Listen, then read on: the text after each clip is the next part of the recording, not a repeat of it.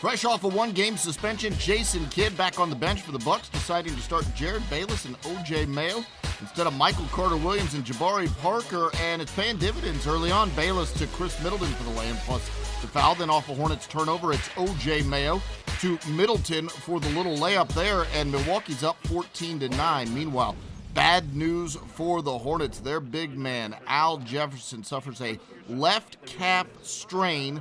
Jefferson would leave the game and not return, so the Charlotte Hornets, without their big man, as you see him sort of gingerly walking back into the Charlotte locker room facility. Later in the second quarter, it was Charlotte's bench that picked up the slack. Jeremy Lin outside. He's been terrific in Charlotte this year, knocks down the three. Then it's Jeremy to Jeremy, this time Lamb to Lin for another three.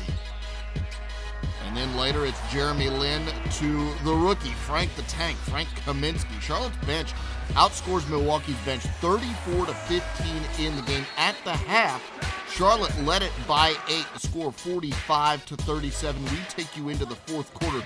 Nicholas Batum to Kemba Walker for the triple. Walker had 22 points on the game.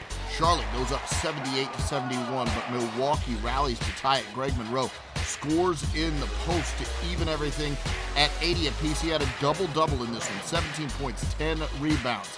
Ensuing Hornets possession, under a minute to go, Nick Batum hits the triple. He was 15 of 31 were the Charlotte Hornets as a team from three, 48% in the game. They go up by 3. Ensuing Bucks possession, down by 3. Chris Middleton looking for Greg Monroe, but the Hornets force the turnover at the other end. Kemba Walker splits the defense and sinks the floater, and that sinks the Bucks. Charlotte gets the win by 5, 87-82.